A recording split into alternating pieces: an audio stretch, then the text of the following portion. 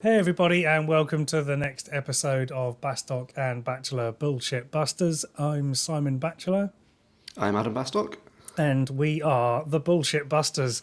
Today we're going to be tackling a topic that has come up numerous times and is often considered, I think, too big and hefty and wieldy to be dealt with in one sitting. But today we're going to tackle it, and that is the Wild West world of backlinks. So, Adam, just for those who may not be familiar with this, I guess, rather technical term, SEO backlinks, do you want to give us a quick overview of what they actually are? Yeah, I think it's almost worse than kind of a technical term. It's quite a dirty word, I think, with a lot of people offering kind of backlink opportunities and all that jazz, the spam emails coming into your inbox about it. Essentially, what it is just about links coming to your website from other websites. That's all it is. So it could be kind of link outreach or backlinking or, link acquisition, whatever you're calling it. It's just someone linking to you, whether that's something that you've planned or not planned or earned. So that could be anything from a forum post linking to you where someone's found your kind of, I don't know, speakers and they're talking about how good they are. Or it could be a mention in The Guardian or like a PR piece talking about you as well. Or it might be like a directory, so like a local chamber of commerce or anything. They're all links that you would kind of want to kind of get and earn and generate in some form that come back to you. I think also one thing to point out is that not all links are the same. So sometimes there are links that are called no follow links, and those links don't actually follow through to your website. So as a human, they work, but for the crawling spiders, they don't. So do you want to give us a quick overview, or then again, as I've just mentioned, spiders there of what Yeah. are what are they for? Like why do these links back to your website matter?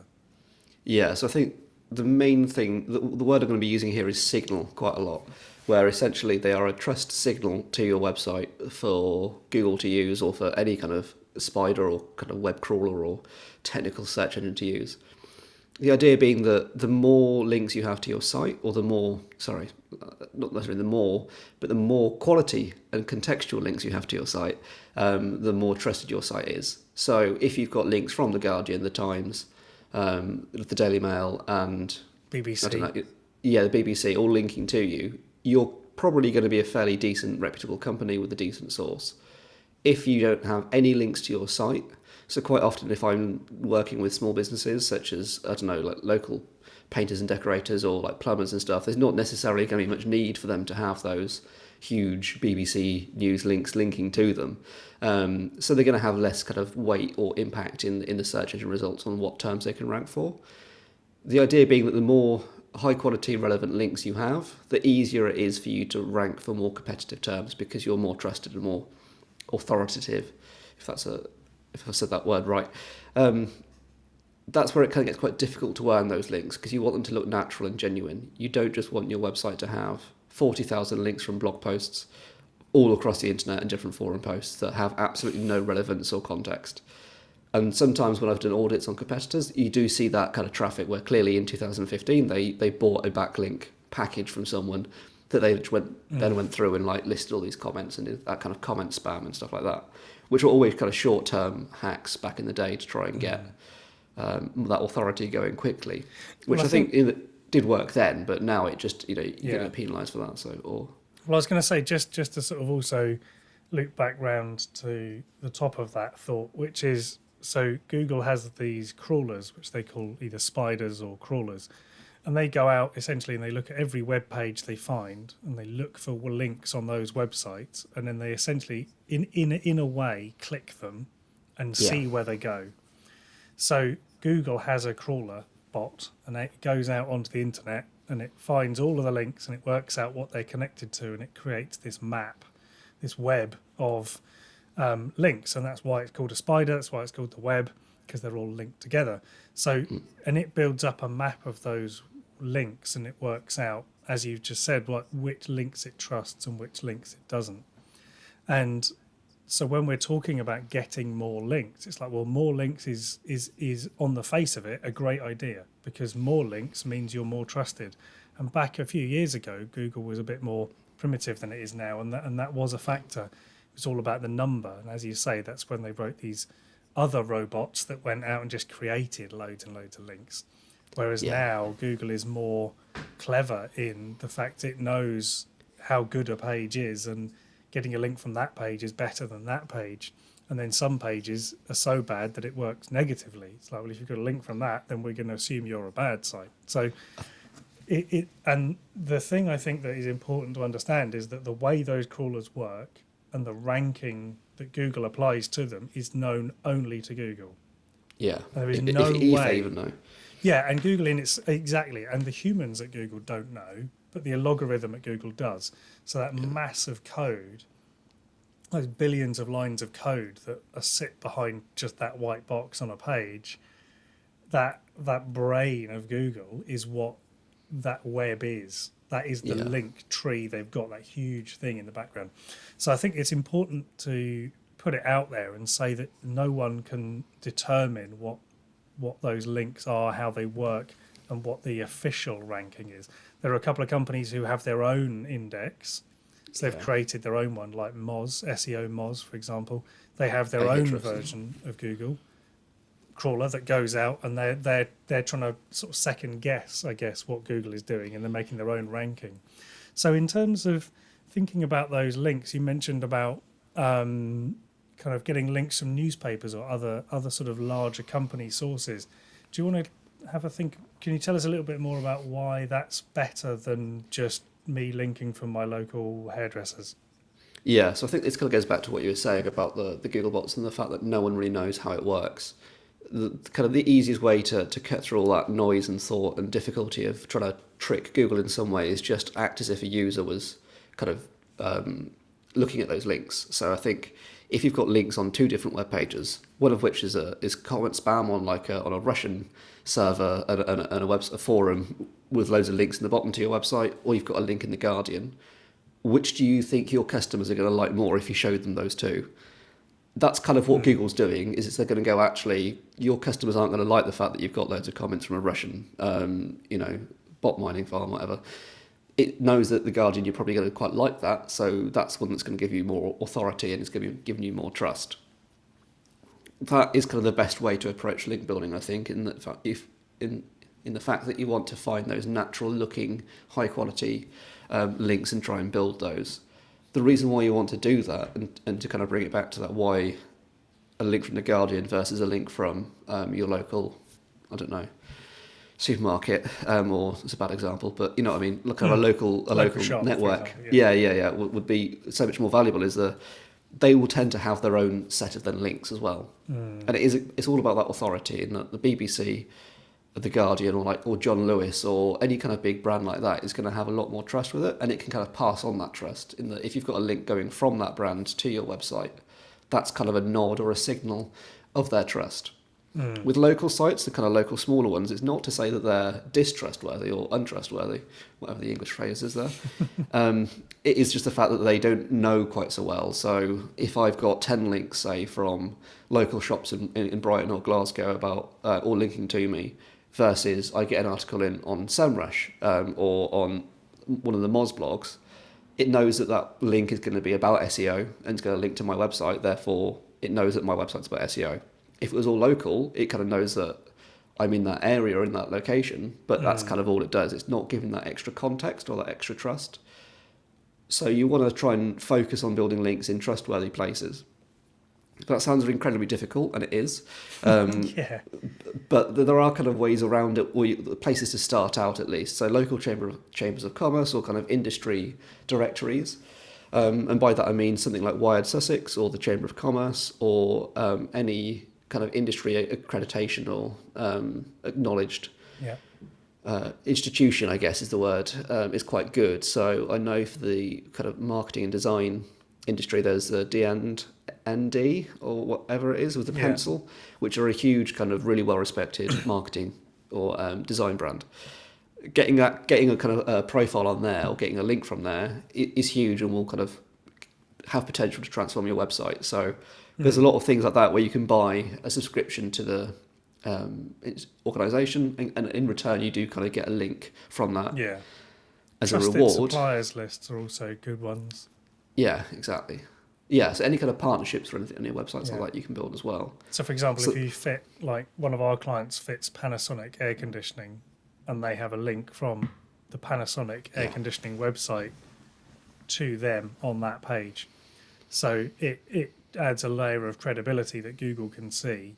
So even if they don't get many human clicks from the Panasonic website into their website, what you do see is that Google has seen that Panasonic trust this client enough to give them a link. So yeah. therefore, Google says, "Oh, well, that's a trusted link. I'm gonna boost that up. I'm going to boost our client's website up the ranking a bit because we know that Panasonic trust them, for example." But also, I think the main thing as well there is that context. It knows that the Panasonic website is also relevant to their website as kind of Yes. a child thing. So it's kind of passing on that knowledge. So very quickly on that, one thing that I see quite a lot, and I think in the next 2 years we'll probably see a rollback on, is I see a lot of web agencies or web kind of design companies and even SEO companies who in the footer of websites will have a link that kind of goes, oh, website was built by Adam Bastock, or this website was built by XYZ. And that links back to their agency website. There's nothing wrong with that necessarily, but as like a link building strategy, that's quite bad because there's no real value there. There's no context other than you then kind of have this kind of wider web of people linking to that parent website. But because a design agency, by its very nature, it might be building different websites for, like a paint company, a cushion company, an estate agent, a plumber, and a supermarket. All of those websites linking back to it doesn't really give a clear signal or a clear context of what it is.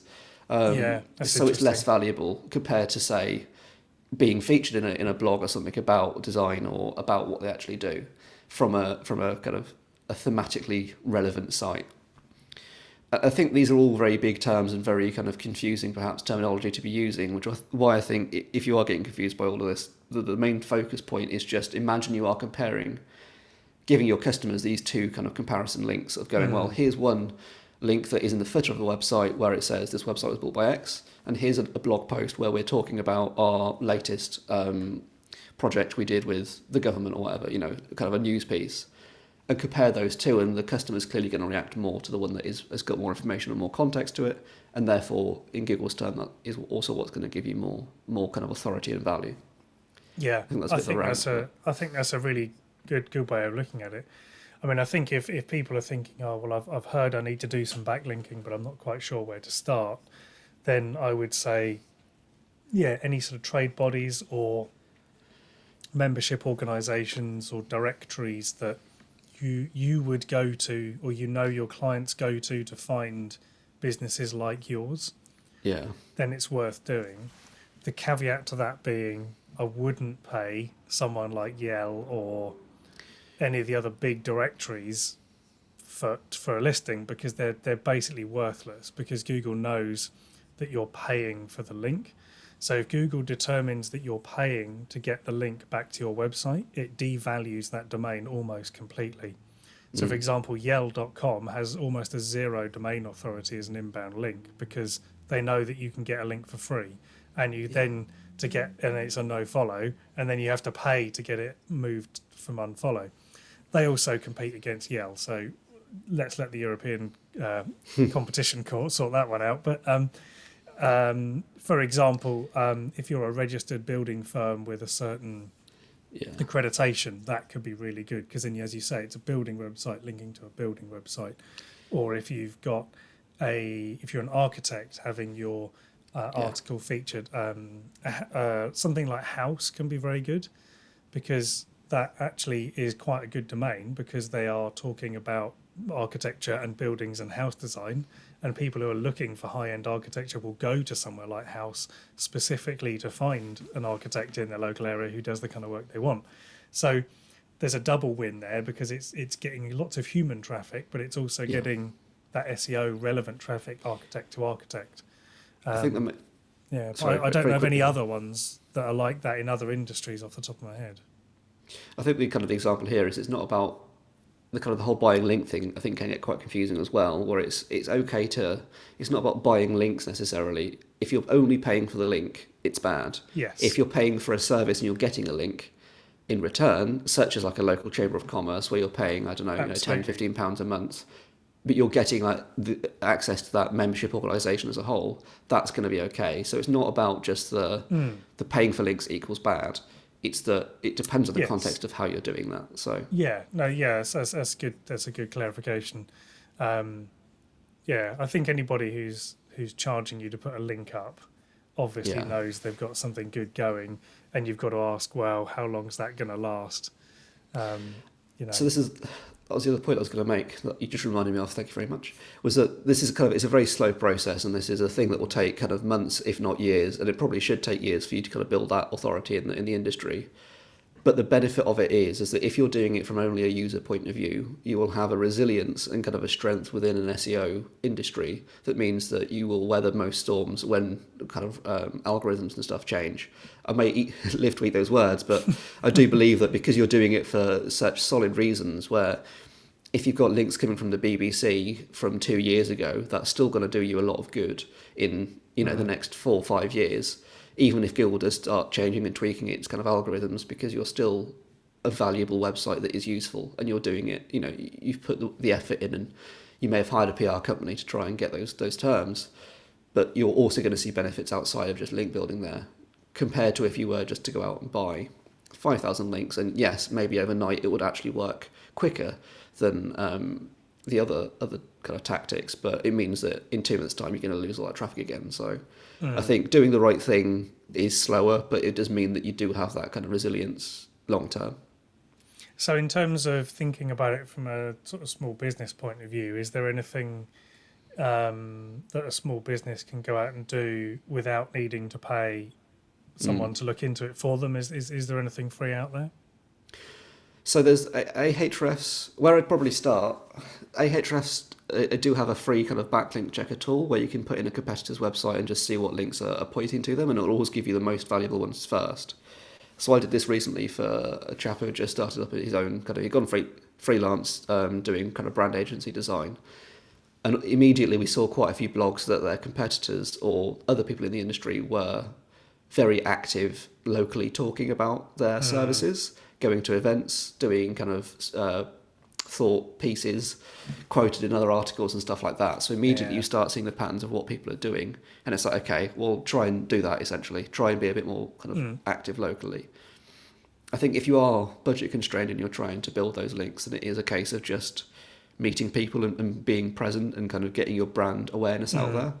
And naturally you'll start, as you have more conversations and conversations start happening about you, you'll start kind of earning links quite naturally. So if you can host events locally or go to events or do stuff on Eventbrite or get involved with your local chamber and kind of write blog posts for them or do something with them that is genuinely useful, that's a great way to start. And I think, as you said, the preferred partners or partnerships with other people and kind of industry accreditations, that should be a quick kind of first start to make a list of those. So anyone that you look up to in the industry, really try and get a link from their website in whatever way you can, whether that's joining them as a membership or whether it's trying to be on one of their blog posts as a quoted kind of source. I think I'm not sure if that answered your question or not, but Yeah, it certainly does. I mean, I think that's a good sort of summary of how to go about those next steps. I think if you are looking for a more in-depth sort of backlink strategy or looking at what you can do next, then you really do need someone who knows what they're talking about to actually run a check for you using some software and really tell you what to do next. Unfortunately, there isn't really a sort of a quicker route in, and there certainly isn't many self-service options out there. So I think if you do need to get in touch with us with any questions, then do get in touch and we can either point you in the direction of someone who can help or we can see if we can help ourselves. But yeah, I think that's a good summary of backlinks to start with, and we'll, I'm sure, come back round to the topic once Google has updated or some new tool comes out, or we'll report back as soon as we have more advice for you on backlinks. So if you want to get hold of me, you can get hold of me. I'm Simon Batchelor on LinkedIn, or you can email win@marketingsuccess.club. And for me, Adam Bastock on LinkedIn, or you can reach me via my kind of website and email address, which is just adam@abastock.co.uk. Excellent. So until next time, we'll see you soon. Thank you very much, and Bye. goodbye.